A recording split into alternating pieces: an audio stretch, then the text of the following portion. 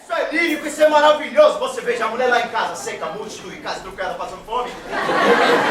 Ainda achando lindo, não tem o que comer. O maridão, coitado, chega cansado depois de uma noite de exaustivos. Serão. Olha, pai.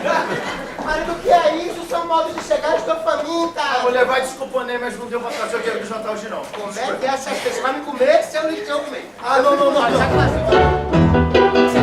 As ânsias bebidas foram consumidas e ela ficou feia de golpe no mar.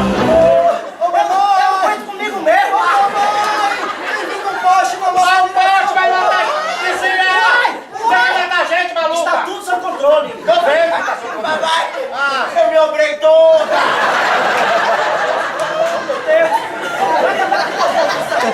Chama a Samu, Walter! Eu vou fazer DNA nessa porra! Essa menina puxar a sua família! Sou direito assim, onde chega a obra! Ô, Jéssica, tira a blusa e limpa sua irmã!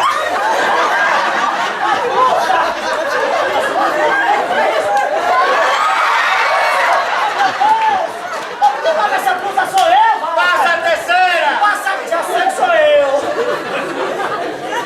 Vai dobrar a esquerda aí, sinaleira!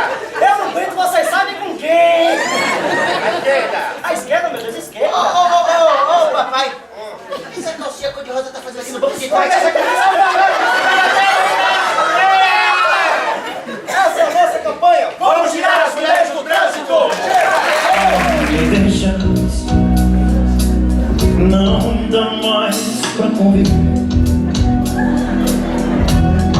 Estar assim contigo, eu prefiro te esquecer. Eu te quero, tu bem saber, mas jamais posso aceitar